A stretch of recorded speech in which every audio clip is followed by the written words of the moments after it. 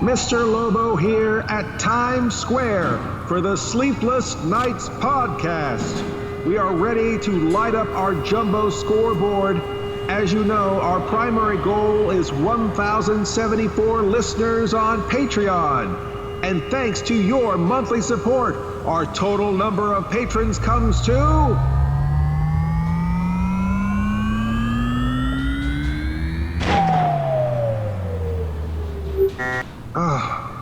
maybe the sign's broken. Maybe they don't know that you can pledge monthly now. I mean, for only $4 a month, you can support 4 episodes of the show. And $8 a month gets you segment 5, a whole extra show segment made just for them. And we have a whole bunch of items in tiered plan, including the producer credits and sticker club and more. Patrons also get to hear the show a week ahead of everyone else. People, as you know, the Sleepless Knights podcast, hosted by Mr. Lobo of Cinema Insomnia and that pantsless producer over here, Paul Sanders of BESTOW TV, is weird, fun, experimental, obtuse, and thought-provoking. If quality programs mean something to each of you and you enjoy being a fly on the wall for our 3 a.m. conversations, please support the show monthly on Patreon. Take out your phones right now. Patreon.com/sleeplessnightspodcast for $4 or more a month and help us reach our goal. That's patreon.com/SLEEPLESKNIGHTS Now that's only one D in podcast, even though we still emphasize the I. Hey, where's everyone going? They're all going home to sign up with us on Patreon. Yeah, sure.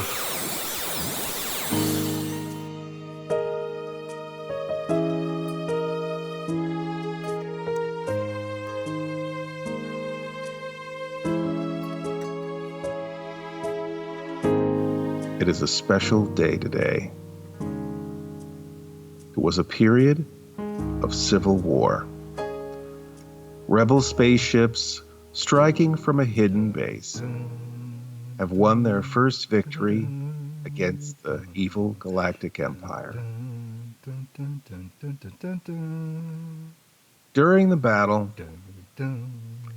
rebel spies managed to steal secret plans to the Empire's ultimate weapon, the Death Star, an armored space station with enough power to destroy an entire planet. Pursued by the Empire's sinister agents, Princess Leia races home aboard her starship, custodian of the stolen planet. Whoa, what's that? What is that? Oh my God. Oh, what the heck was that? Were you dueling with the fates over there in space? Well, yeah. Uh-huh. I was trying to read my heartfelt poem. I was communicating with Bryce. He was about ready. He was coming in with the next set of lyrics, and you cut us short. You know, I think, even though I was supposed to be reading my heartfelt poem, I think my brain switched over and I just started saying the opening crawl from the original Star Wars. When I saw that back in 1977, this was in May. It was May, just like it is right now. Mm-hmm. It did not say episode 4. That was added. That was the first thing that it said, was it is a period of civil war, and I think that once they knew it was like a hit, once they knew it was like a smash hit and they were getting into that sequel, building Empire Strikes Back, then they re-released Star Wars with episode 4 added, which really confused people. And then some people who just went to go see Empire Strikes Back were really, go see Empire Strikes Back, and then they saw the episode 5 on there, and they were unaware that Star Wars had changed to 4. So they're like, did we miss 3 movies? Or is this supposed to be way in the future? What's going on? Mike, let's get on the internet and figure this out. To the internet. Oh, wait, there's no internet yet. Someone invent the internet. We've talked a lot about fandom, and again, I don't know if they did that to please anybody, honestly, because a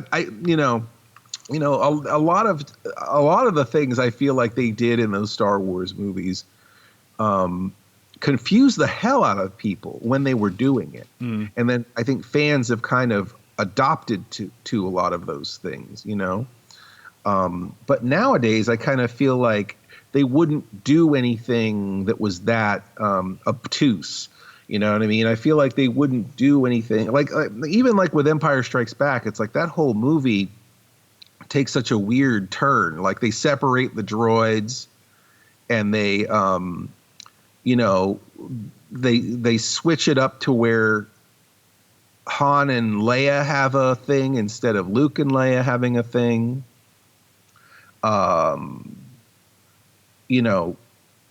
We don't know how we even feel about Darth Vader now because he might be Luke's father. Spoilers. Spoilers, sorry for people who haven't seen this 40-year-old movie.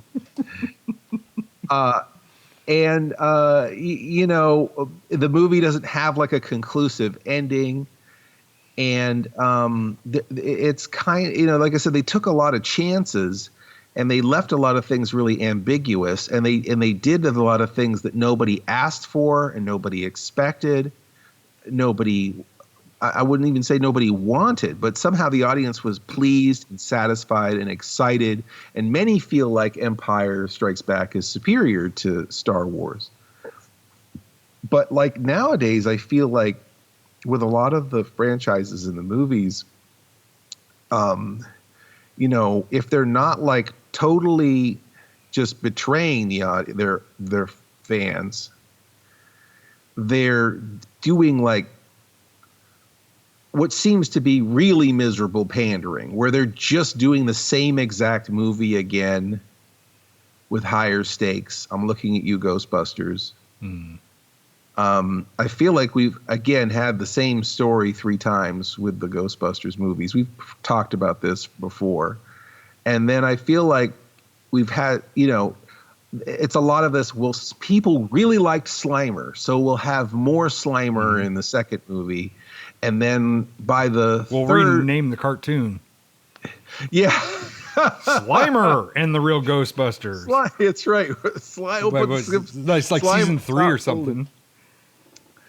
And something came out very recently that kind of, I thought I sort of made it the poster child for pandering, even though I haven't seen the movie yet. And I've heard that it has a precedent in the video game and in the comic book.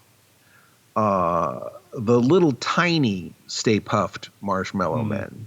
Mini puff. Which I guess they're just actual marshmallows, his normal marshmallow size, not giant. Well, I guess, because it's just the mascot, but he's the mascot, but he's supposed to be made out of a marshmallow. Right. His body's a marshmallow. Right. But they're kind of climbing out of the bags and everything in the supermarket. They're climbing out of the bags and they're doing horrible things to each other and themselves and a la maybe Gremlins, perhaps. I guess. Or Minions, maybe. Do we have to ride the Minion train? Like Minions were played out like a year before the Minion movie ever came out, before the first Despicable Me came out, and everything's Minionized from there on out. You can't have what is it the Lorax movie without Minion-esque type fish. Yeah. Everything has to have the Minions. It's like, can we stop doing the Minion thing? Is it just they can't resist that money where they know it's just like young children get really excited and drag their parents to see it? But I feel like a lot of older people really like the Minions too. Yeah, I guess they function. They must function at a certain level. Are we just too cynical to where we just can't be dialed in that easily? I worked a couple years at a toy factory, and that's all we did was stuffed Minions for claw machines. And I hated those son of a bitches because I handled so many of them. And like people in the factory knew all their names. Oh, this is blah, blah, blah, and this is blah, blah, blah. And they're like tell you everything about it. And it's like, I just want to punch this goddamn thing in the face. I hate it. Wow. Tell me more about how you feel about these Minions. Hi. So turned into like a Muppet Show sketch. Yeah. You know, you were like the old pig, weren't you, from Pigs in Space? yeah, right. Dr. Swinetrek? What was it something like that? Dr. Swinetrek? Oh, I don't know. Or the Swinetrek was the ship. That right? Sounds like the ship. I don't know what and then there was an old man that was like kind of Bones, and then there was the handsome man, which is supposed to be Kirk. Yeah, Doctor from Pigs. We're already Googling.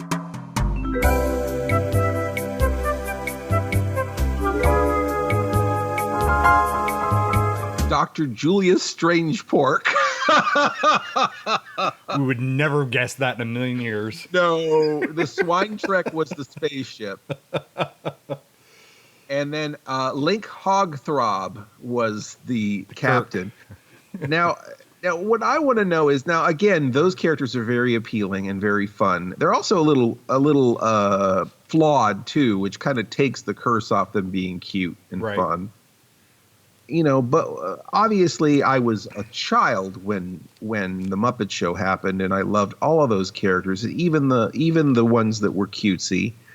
You know, but I did feel, I don't know where that feeling comes from, of when you can see the strings being pulled, when you can see something kind of being maybe trying to get an emotional response or a nostalgic response from the audience. And I think that that's the problem, right? If it's done sort of inelegant and you can kind of see it as being divisive, is that where that feeling comes from? Where you really get angry with it because it just seems like someone's trying to push your buttons. Right. I was like, well, why do we have? Usually the thing is always because the blank did it. Oh, we got Stay Puft Marshmallow because the first movie did it. Yeah. Oh, we've got Slimer because the first movie did it. So you know, that's kind of like the kind of the thing that people kind of hinge on, so they get mad at it because, you can't ever do anything original. You have to do the Stay Puft Marshmallow Man. You have to do Slimer. Can't we just move on from those things? And I don't know. I mean, first of all, the thing that I'm mad about with the damn thing is like, I was already going to see that movie. You did not need to release that clip. And I was kind of upset where it's like, I would have liked to have seen this in the movie. I would have liked to have not known about it at all. Now it's like everywhere. You know, the toy pages that I'm on, they're already releasing all the toys. I think that my feeling is that they dropped the trailer because they knew the toys were going to come out, and they didn't want the toys to come out before anybody had seen anything. I guess. Well, the weird thing is that everybody's making the comparison of Stay Puft Marshmallow Man to Grogu, to Baby Yoda, right? Or Grogu, Grogu. Let's. Proper names. Spoilers. And but in one of the toy sites that I'm a part of, the Stay Puft Marshmallow Men and all their different devices, like, you know, where they're making s'mores out of themselves and stuff like that, are molded in the fashion as the same thing that the Baby Yoda toys that came out during Christmas is. You know, because there's Baby Yoda, they're tiny little toys that are all in different poses. They're more like statues. Oh, okay. Hasbro did the same thing with the Stay Puft Marshmallow Men from this movie, and a lot of people are going, "Oh, you do want us to compare this to Baby Yoda because you just made toys in the same vein as the Baby Yoda thing." Yeah, that does kind of, you know, and are they doing that satirically? That's the other thing, is that Ghostbusters is a funny franchise, full of humor and sometimes self-aware. You know, it would be interesting if there was some humor, some self-awareness, but I don't know if there is. It might just be Hasbro saying, okay, Baby Yoda made us a bunch of money, you know. And we slept on it. And we slept on it. We want to be sure we're right on top of this, right? I guess. I mean, it could be satirical because the Baby Yoda stuff is all like cutesy stuff. Like he has like one of them he's holding the Mandarin symbol and he's like kind of chewing it. One of them he's in a satchel and you can see his ears being blown back like he's riding on the speeder bike.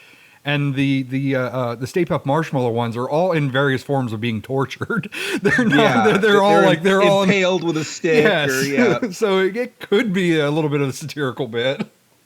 Yeah, I mean, I guess we need to see it in the movie, but it does, like I said, it does seem kind of like we're being manipulated, and that's why when I posted it on the group, I was really not really specifically talking about Ghostbusters. I didn't want it to necessarily be just directly about Ghostbusters, but it just like when I saw that made me feel like I was being pandered to. And I guess what I really wanted to do is just open up a discussion of what does pandering mean? What is the difference between pandering and entertaining? Because if you're entertaining someone, you're trying to give the audience what they want. If you're pandering to someone, you're trying to give the audience what you think they want, right? Right. So it's really two sides of the exact same coin. And maybe coin is the right term there. Maybe when when the money is involved, and maybe when you can see them salivating with greed, or imagining them behind the scenes wringing their hands, waiting for that money train to come in. Maybe that's the difference. And speaking of, way to bring it back to Cinco de Mayo. See, so and speaking, I mean, I guess Cinco de Mayo is definitely an excuse to sell a lot of alcohol, because I don't even think it's that big of a holiday in Mexico, from what I understand. It's probably it's just like, last month the Irish got to get drunk on their holiday. Now we will celebrate a Mexican holiday that doesn't really exist. I remember standing in a and I hate to use the term Karen after saying I wanted to ban that term for the year, but the quickest way to describe what these women looked like. But there was a group of women standing in Chili's, and they were all wearing like equestrian clothes, like the riding pants, and they have the best guacamole, and I will just think of that forever in my life, like that cartoonish stereotype of someone who would probably go running if a real Mexican person came out from the kitchen. And speaking of going to run and paying bills, speaking of Mexicans in the kitchen, we're gonna get a snack, and we'll be right back with more Sleepless Nights of Insomnia.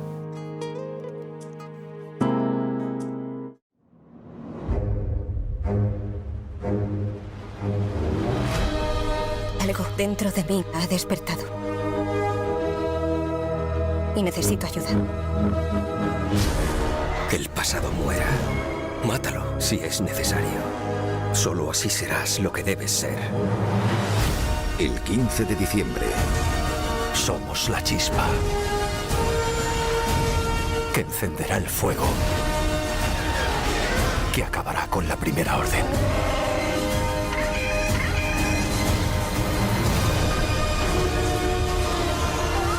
Esto no va a ir como tú crees.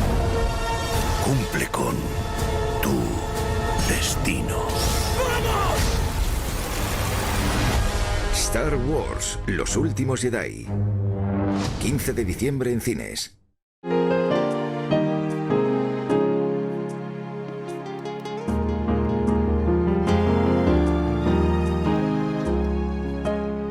So this episode is earmarked as a holiday special, and you kind of gave us a holiday thing, but what holiday are we celebrating here exactly? Well, I guess I got a little derailed with Star Wars, as we often do, and I also feel like holidays are a little manipulative, I suppose, in general, and I guess maybe that's where the pandering, vibe came from. But basically, we're celebrating a lot of things, a lot of that's hard to say. Mm-hmm. A lot of non-denominational holidays are being represented here. Of course, we've already brought home the Star Wars, but also Cinco de Mayo, right, and also Free Comic Book Day. Mm-hmm. And I think that they have a lot of things in common. Right. I think they have a lot of things that they share. Right. They're all in the first 3 days of the month. Yes. Free Comic Book Day is usually the first Saturday of the month. Yeah. Cinco de Mayo is, I don't know. You think they would put that in the name or something. I remember I got a crank phone call where someone they called me and they asked me, when is Cinco de Mayo? So that was a real prank phone call that I got. And probably because my last name's Lobo, they probably just called people with, Spanish sounding last names in the phone book at random to try to harass them. But I just played dumb. I'm like, I'm not sure. And then, of course, Star Wars Day gets like 3 days for whatever reason, or 4. Well, depending on how you look at it. Yeah, because first of all, we always celebrated Star Wars on May 25th because that's the day that it came out. And I always kind of I always think about those times. But, there have been several generations of Star Wars fans.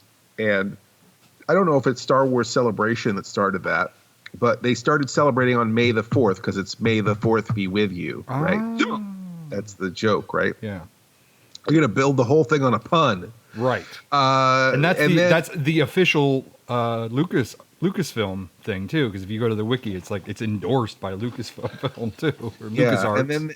And then there's because it used to be that, what is it, Memorial Day weekend, right? That's May 25th. Yeah. Basically.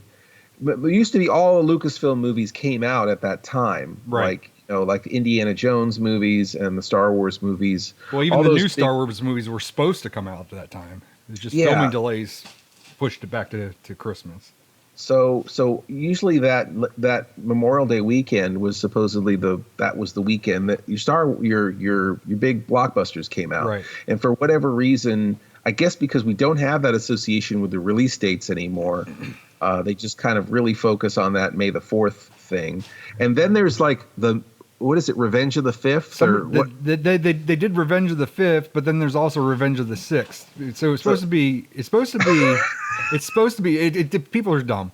It's supposed to be that Star Wars May the 4th is May the 4th, and it's Cinco de Mayo, and then it's supposed to be Revenge of the 6th, where it usually shows people that are dealing with hangovers from Cinco de Mayo. Oh, but there are people out there that refer to May the 5th as also Revenge of the 5th as well. Oh, wow. So that we get we milk this thing for 3 days in a row. Montezuma's Revenge of the 5th. I guess people just want an excuse. They just want an excuse to buy products, drink beer, and cry. And there's typically another Star Wars Day. Now there's a Star Wars Day that is their merchandise day. That's when the toys and shit hit the shelves. Is that near Christmas or something? I think it's September, August, September. Star Wars Merchandise Day? But I think they usually refer to that as Star Wars Day. And it's like, wait a minute, we already have a Star Wars Day. How many Star Wars Days do you get in a year?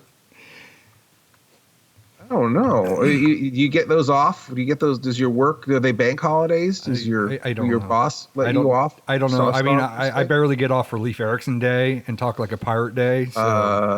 Okay. So official...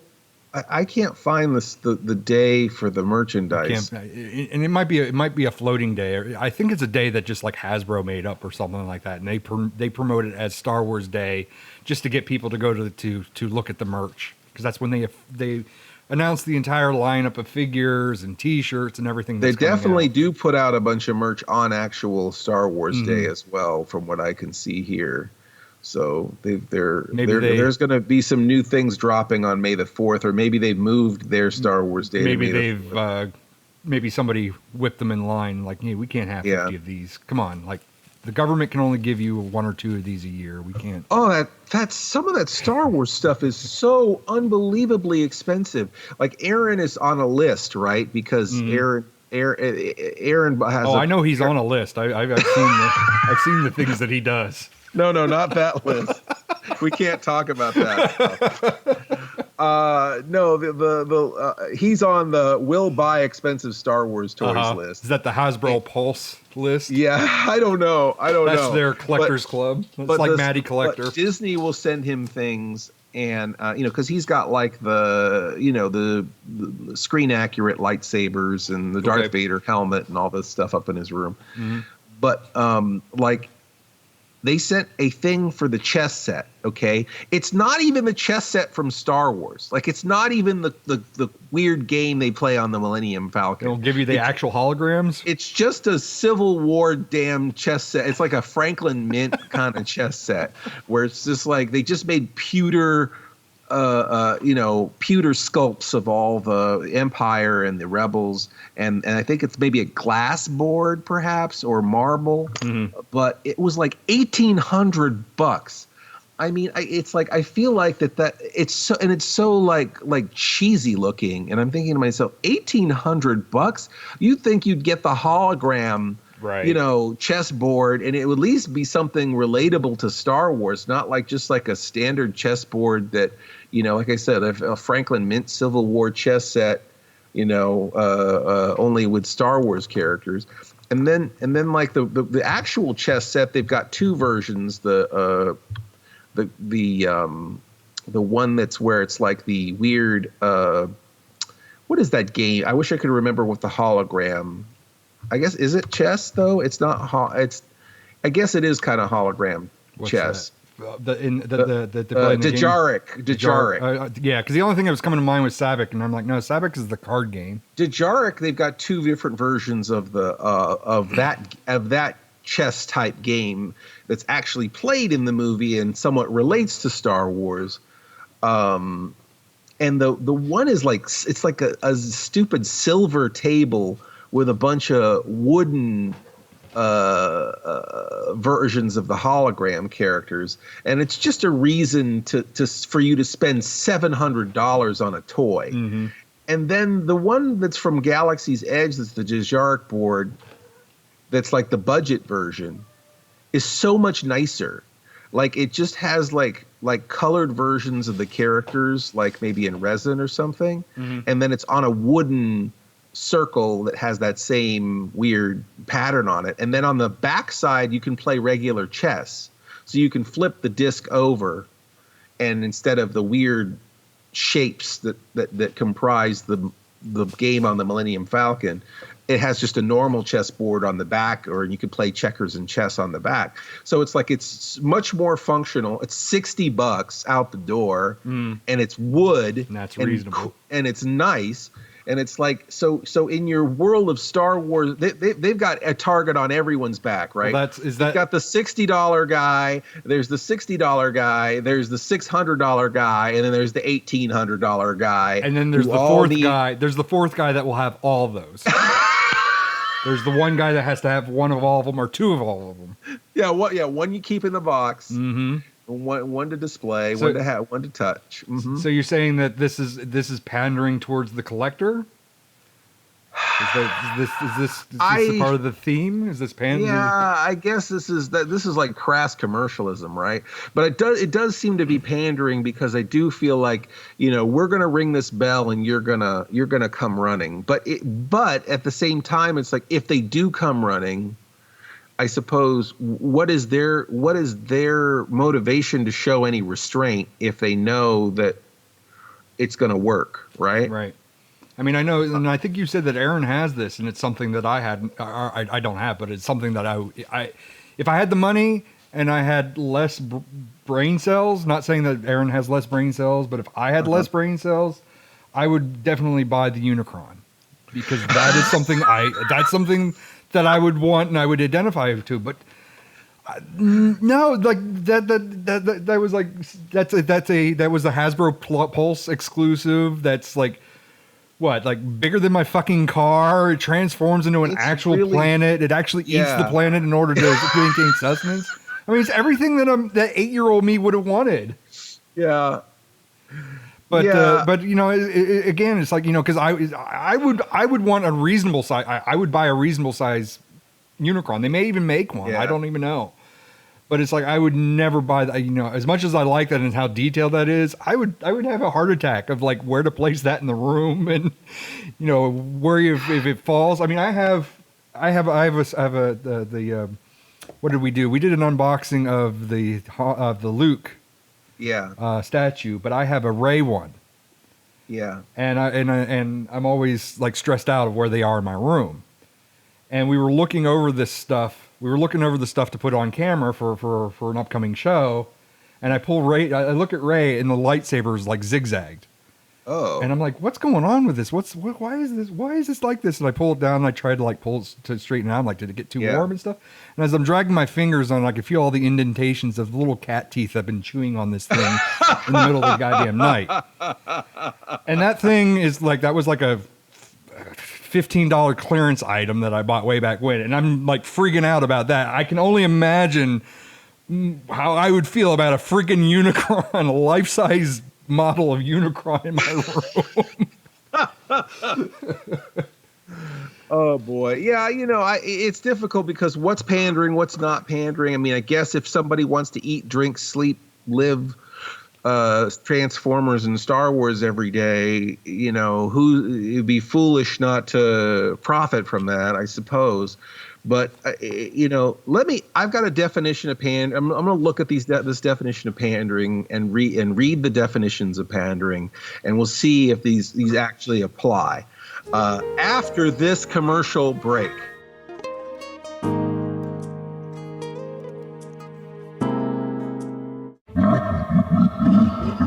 Miss Mittens Kong, this place is a mess. You got comic books all over the place, stacked here, stacked there. You're reading like 2 or 3 at once. Wait a second, did you get all these from the Isle of Comics? Yeah, that's my favorite comic book shop too. They got the free preview subscription service, the pull list service, honest, reliable customer service. I mean, it's basically your mom and pop homegrown comic book store, wouldn't you say, Miss Mittens? That's right. And if you don't have a place like that, dang it wouldn't be worth a drive to come down to Williamsport, Pennsylvania, to the Isle of Comics. And if that's too far, just visit them on Facebook. Mr. Lobo made a couple videos there. Maybe you saw Mr. Lobo does free comic book day. So be sure to not tell Joe that Mr. Lobo sent you. Tell him Miss Mittens sent you. That'll probably get you a lot further, right, Miss Mittens? Hey guys, are you ready to record that Isle of Comics? Hey, why is this door locked? Don't come in here.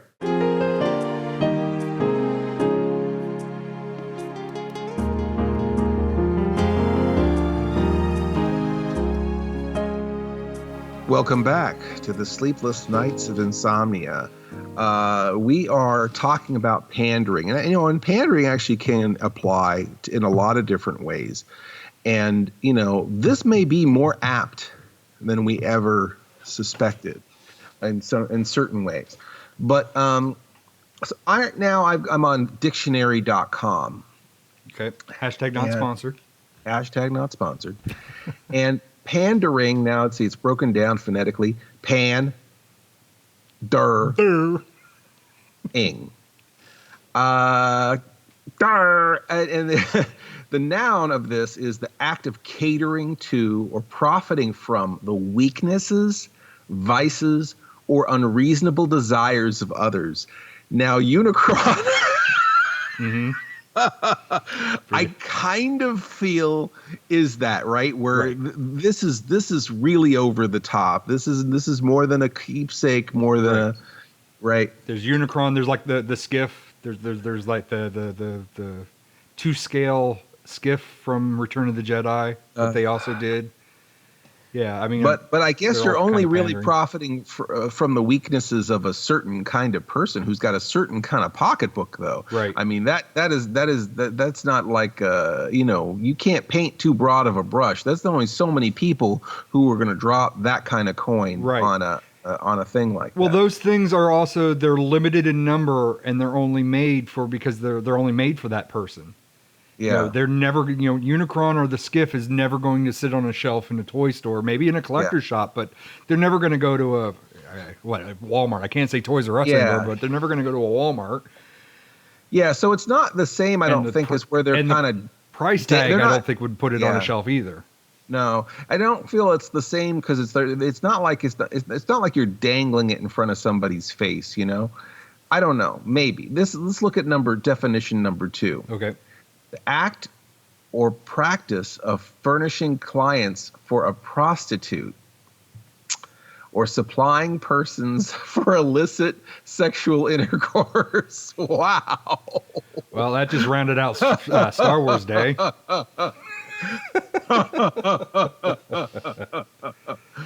Wow. Wow. Holy wow. Holy cats. That is unbelievable. You know, and I think too that there's another definition, and it's not on that website, dictionary.com. Because there is another aspect, and this might be difficult to talk about, but I think it does relate to Cinco de Mayo. Okay.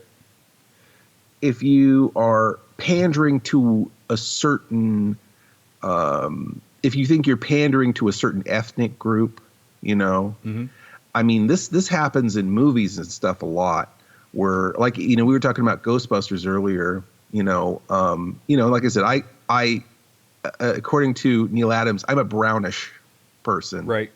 You're the color of his left freckle on his right arm. Yeah, I'm brownish.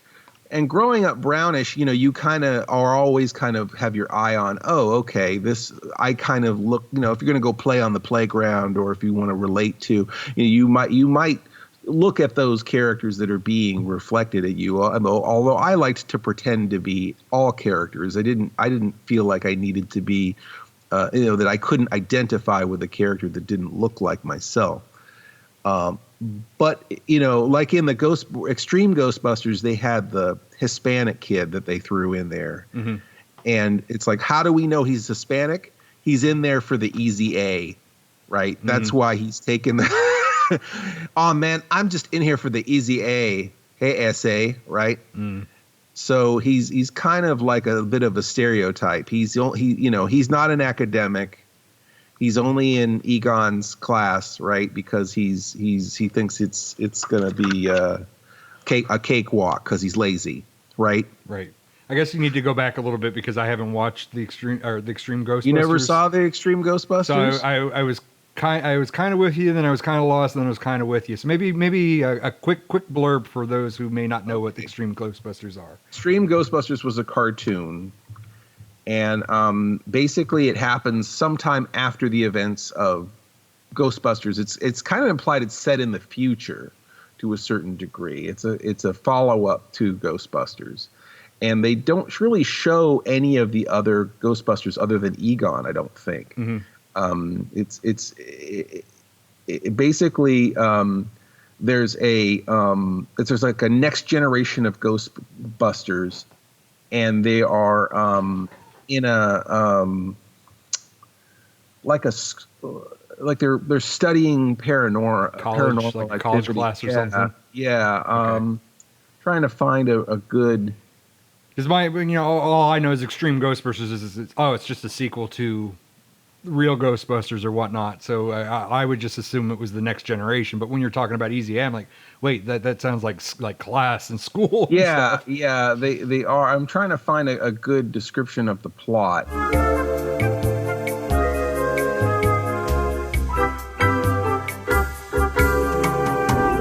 Set years after the end of the real Ghostbusters, lack of supernatural activity has put the Ghostbusters out of business. Each member has gone their separate ways except for Egon, who still lives in the firehouse to monitor containment unit, take care of Slimer, further his studies, and teach a class on the paranormal at a local college. Okay. When ghosts start to reappear, Egon is forced to recruit his lone. He only has 4 students in his whole class. Okay. As the new Ghostbusters, and this is Kylie Griffin, who is a goth genius expert on the occultism. Okay. And hot, by the way. Because only goths are good at occultism. Yeah. I was in love with her, and I think everybody else was too.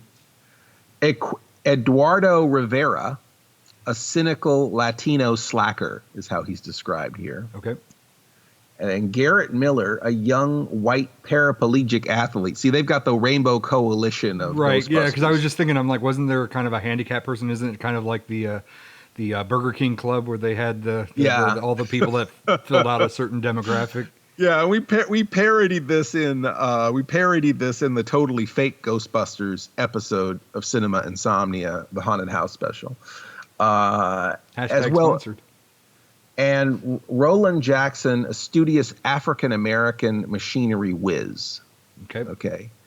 And then filling the cast are Janine Melnitz, the Ghostbusters' previous secretary who returns to the job, and Slimer, a hungry ghost.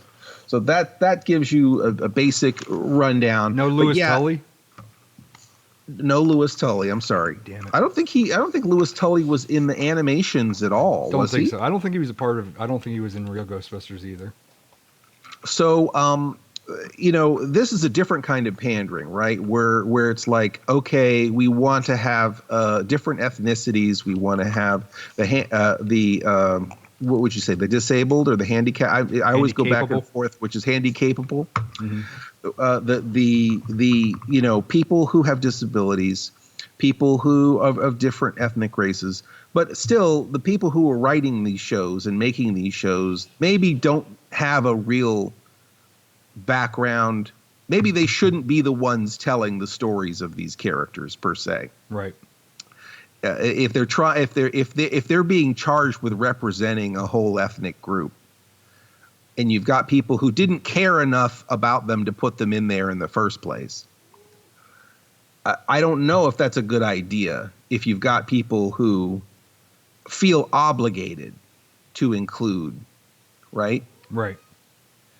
The nicer thing would be if there was a story to tell, or if they wanted to tell that story, or if they wanted to include someone who could help them tell their story. Right. Egon's class is not very popular. He can barely have four people, and these are the only 4 people that would take the class like that. Yeah. You don't have the jock, or you don't have any, the brainiac or anybody else. You have. Yeah, these are all the misfits anyway, right? Right. Sort of.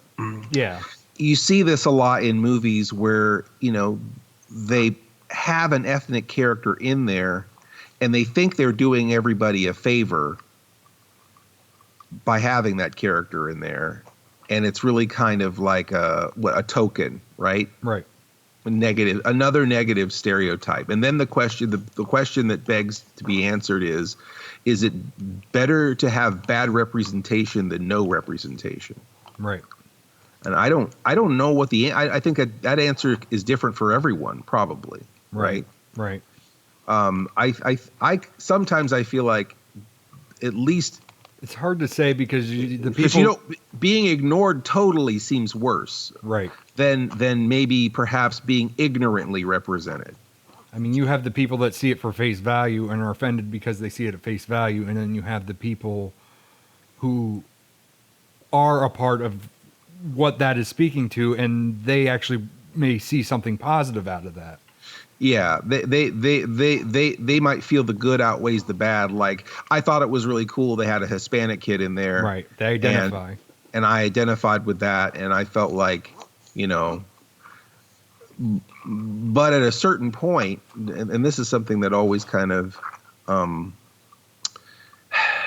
again, we've taken something that was started off really fun, and we're kind of going into a more ran it into the ground. It's not running into the ground, but we're running it into a more sensitive area, and we're trying to be intellectual and learn something. But I feel like we've got so many kinds of people in the world, not just, okay, right now the hot topic is these people aren't particularly represented, or rather this group isn't particularly represented very well, or that group isn't particularly represented very well. And there are so many different kinds of people who maybe don't speak loud enough, or maybe don't have anyone speaking for them. Groups, and there's so many nationalities and countries and creeds and religions and ways to be and lifestyles. And I feel like, not that it doesn't have to necessarily be an all or nothing situation, but I feel like if you're not, white, black, Asian, Hispanic, disabled. If you don't fit in one of those, representative minority groups, right? Mm-hmm. That you don't rate. You know what I mean? If you're mixed, or if you're from you're Chilean or some other whatever. I'm not coming up with a good Come on, go through your Captain Planet team and pick out a person out of that. But I just feel like it is interesting that we do have a long way to go, I guess, as far as trying to please, not necessarily trying to please audiences, but sometimes when you can offend someone who you're trying to please, especially if you don't respect who you're trying to please. And on that, we don't respect you, so we're going to leave and we're going to try to please ourselves, and then we'll be back with more Sleepless Nights of Insomnia.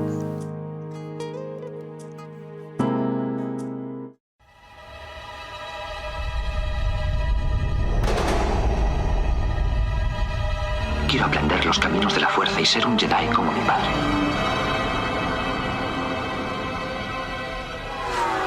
¿Te refieres a la profecía de aquel que traerá el equilibrio a la fuerza?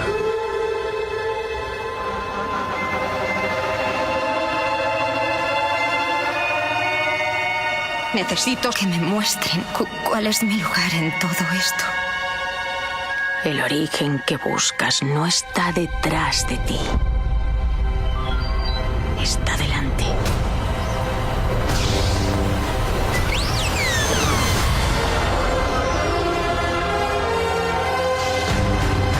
Debes sentir la fuerza a tu alrededor.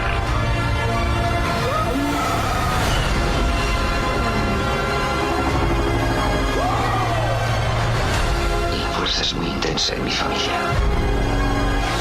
Mi padre la tiene. Yo la tengo. Tú también tienes ese poder. La fuerza, los Jedi. Es verdad.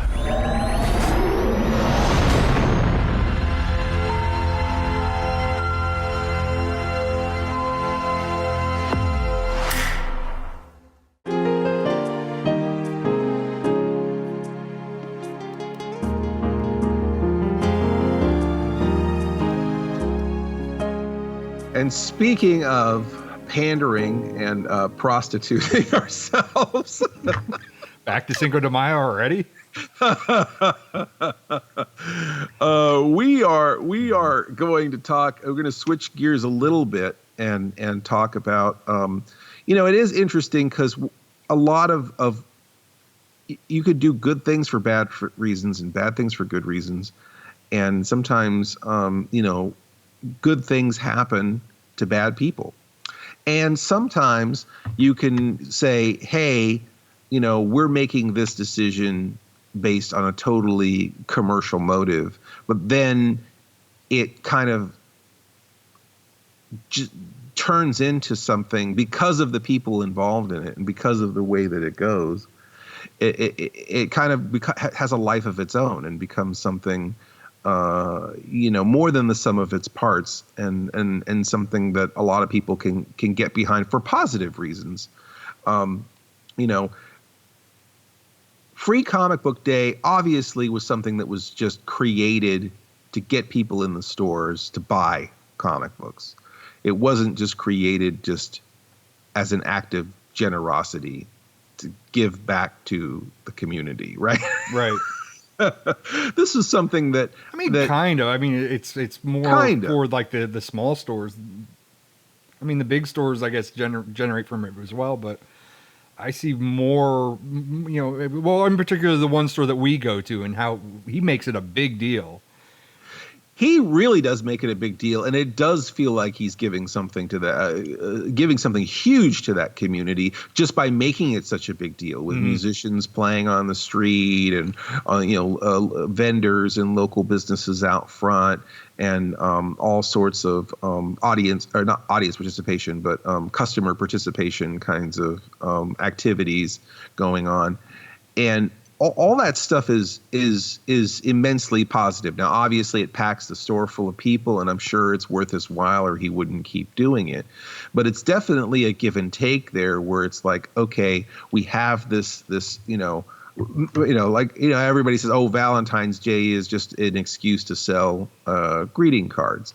Well, yeah, it is, and candy, chocolate, flowers. But at the same time, that doesn't mean you don't love the person you're giving that card to. Right. And I think with something like Free Comic Book Day, which again is sort of a commercial, it's like Black Friday or whatever. It's just a commercially invented day. But what it can become when someone does have their heart in the right place is certainly, I don't feel, is pandering, especially since we're talking about Joe Figured here and Tracy. Isle of Comics. Isle of Comics. Give him a name drop. Yes, Isle of Comics in Williamsport, Pennsylvania. Mom and pop comic book store, especially in the hands of people like that. I feel like it isn't pandering because they're giving so much more than anyone would have required them of. And I think that's the interesting thing, is that you can see how much that they care for the people who come through the door and are enjoying their store and spending their money. And I think that maybe that's the difference there, is that when there is a appreciation for the audience, or the customer in this particular case, or the reader, and it does, it was very cool to do those comic book days, and luckily we've already done Free Comic Book Day as part of this podcast. Right. So people can definitely refer to those episodes if you want to experience what a real Free Comic Book Day can be like. I need to put a footnote on this thing, by the way, because I looked this up, and typically Free Comic Book Day is the first Saturday in May. Yeah. But because of the pandemic, it was delayed last year, and it was delayed again this year. And the Free Comic Book, there's actually a committee, a Free Comic Book Day committee has delayed it to Saturday, August 14th. Oh, so we're actually celebrating it earlier. We're celebrating it when it should be, but we're a little bit early this year because of the chronic diarrhea. So well, I guess future listeners will be hearing this on the correct day. Well, and now, were we pandering, trying to fit this in with the holidays? Well, were we pandering to our audience? I know the Cinco de Mayo crowd came in because we put that in the title. No, I mean, probably, maybe, I guess. I mean, we talk about that bullshit. You put non-denominational in the title again, and it just gets the clicks. Why does non-denominational get people to click? Or is it just the Star Wars that gets people to click? No, because we have the other non-denominational things. They do really well for whatever reason. They get the clicks too.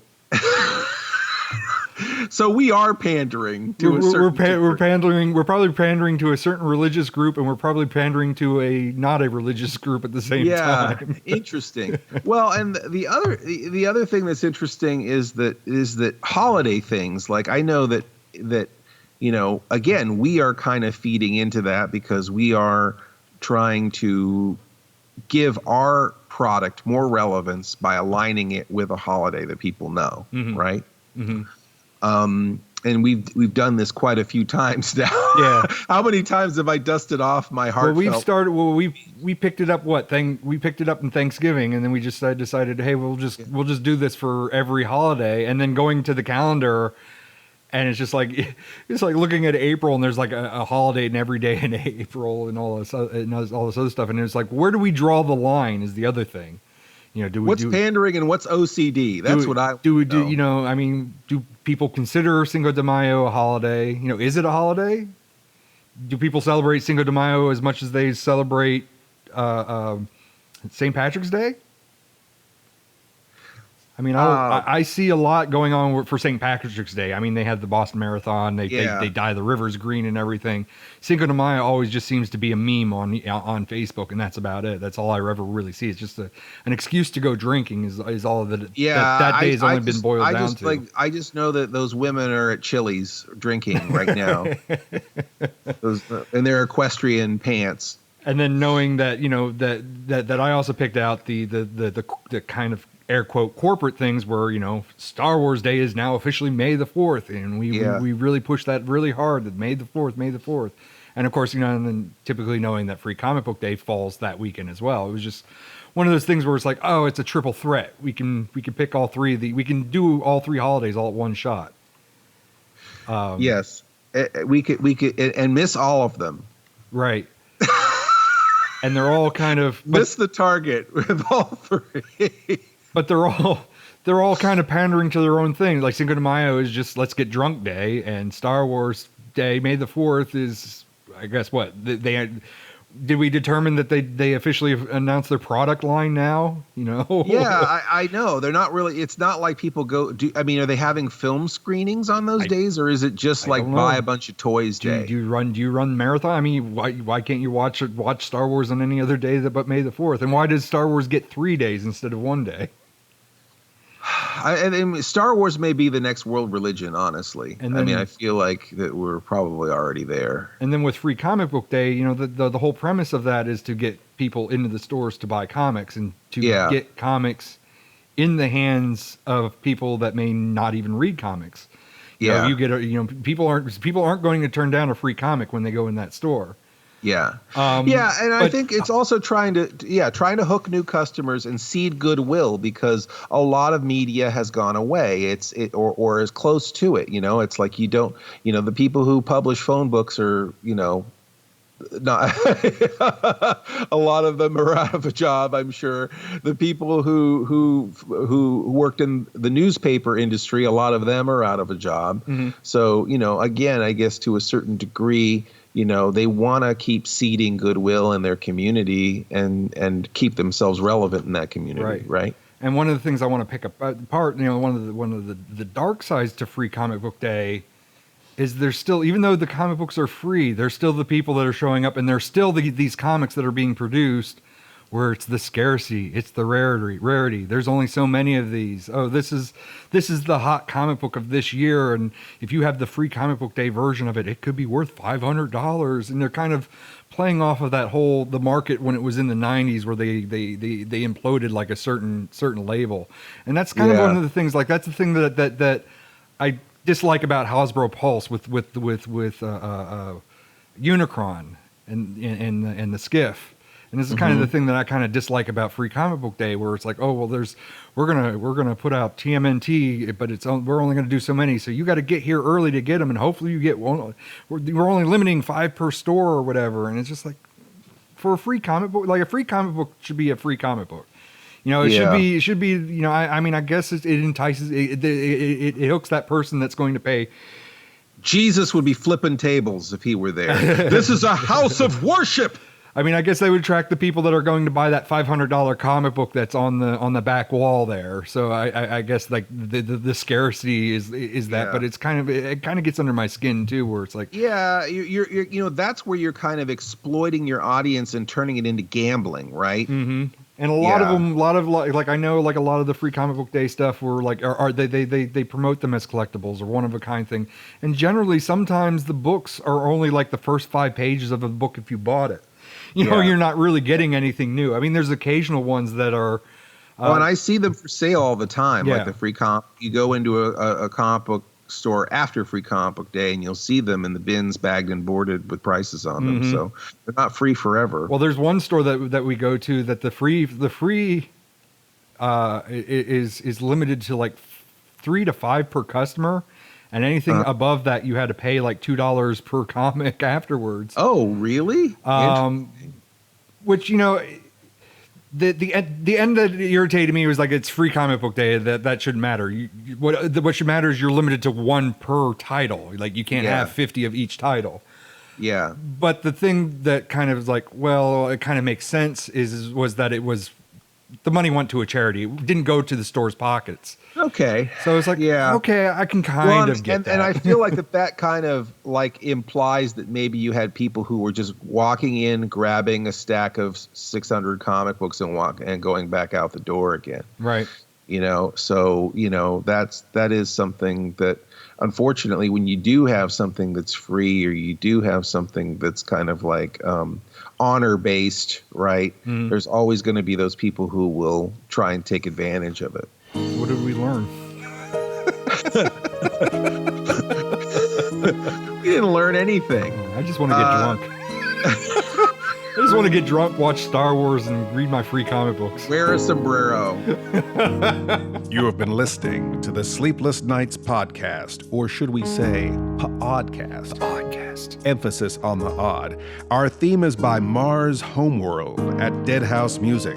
Our opening announcement is by Ophelia Necro.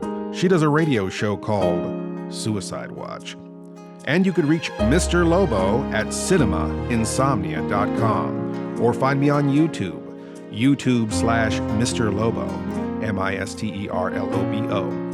Mr. Lobo on Facebook, Facebook/MR.LOBO, or on Twitter, at Mr. Lobo, MISTERLOBO. Or you can find myself, Paul Sanders, or better known as BESTOW TV, at BESTOW.TV, on YouTube /BESTOW TV, on Twitter at BESTOWPROD, PROD, and on Facebook, BESTOW TV. If you want to place an advertisement with this podcast, and gosh, why wouldn't you? We could be talking about you right now. Contact us, Mr. Lobo at cinemainsomnia.com. That's MRLOBO @CINEMAINSOMNIA.com. Or support us on Patreon. Patreon supporters get to hear this podcast before anyone else, and a lot of other great stuff, right, Paul? Sure. Doesn't get it better than that, right? So come join the fun at patreon.com/sleeplessnightspodcast. That's patreon.com/sleeplessnightspodcast. Please stay up with us next week for another Sleepless Nights podcast. Or should we say, pODDcast. Podcast. The best thing about being an insomniac is never having to say goodnight. I'm just here for the easy A, man.